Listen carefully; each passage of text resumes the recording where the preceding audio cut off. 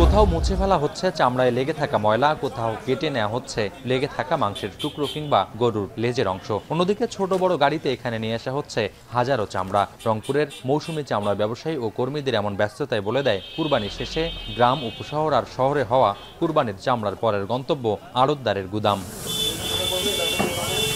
এদিকে গুদামে সংরক্ষণের জন্য চামড়ায় লাগানো হচ্ছে লবণ। অন্তত 3 মাসে সব চামড়া সংরক্ষণের প্রস্তুতি নিতেই এ মহল্লায় এখন রাজ্যের ব্যস্ততা। তবে এমন ব্যস্ততা এক সময়ের চিরচেনা হলেও দিন যত যাচ্ছে একের পর এক বন্ধ হচ্ছে চামড়া সংরক্ষণের গুদাম। বছর 5 আগেও ঈদ ঘিরে দৈনিক 10 থেকে 15 কোটি টাকার বাণিজ্য হলেও এখন তা ঠেকেছে 3 থেকে 5 কোটিতে। এছাড়া পুঁজি সংকট আর ট্যানারির মালিকদের সঙ্গে ব্যবসায়িক দূরত্বে ব্যবসা ছেড়েছেন অনেকেই। ব্যবসার এমন বেহাল দশা যে চামড়া বেচাকেনার মহল্লার নাম চামড়াপট্টি থেকে হয়েছে রংপুর হাজিপাড়া। বাংলাদেশের রপ্তানি আয়ের জন্য যে কয়েকটি খাতকে অগ্রাধিকার হিসেবে গুরুত্ব দেওয়া হয় তার অন্যতম বড় এই চামড়া শিল্প। 2022-23 অর্থ বছরে বিশ্বব্যাপী চামড়াজাত পণ্যের বাজার যেখানে ছিল 46,800 কোটি ডলারের, সেখানে বাংলাদেশ থেকে রপ্তানি হচ্ছে মাত্র 122 কোটি ডলারের পণ্য।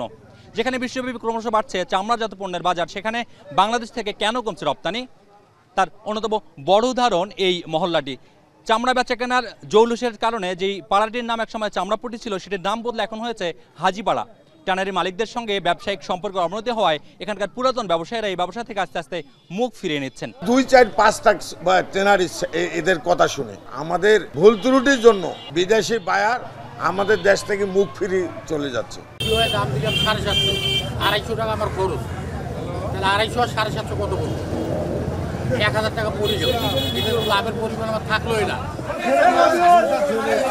রংপুরের সবচেয়ে বড় চামড়া বিক্রি কেন্দ্রের হাটে মানভেদে কাঁচা চামড়া বিক্রি হয়েছে 400 থেকে 800 টাকায়। সংরক্ষণ খরচ সহ প্রতি চামড়ায় দর পড়ছে প্রায় 1000 টাকা।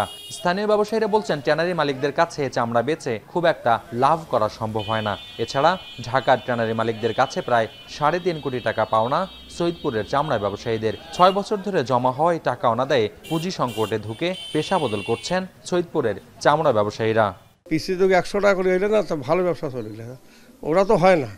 হয়তো দেখা গেল যে আসল আসি গেল, হয়তো দেখা গেলো 10-20 টাকা আসি গেল, হয়তো দেখা গেল আরও 10 টাকা কম আসি গেল, এইরকমই বেচা কিনা হয়। লবণের দাম বাড়তি, তারপর লেবারের দাম বাড়তি, এদিকে আবার মাল আমরা বেশি দামে বিক্রি করতে পারছি না, এই কারণে ব্যবসায়ীরা লস করতেছে।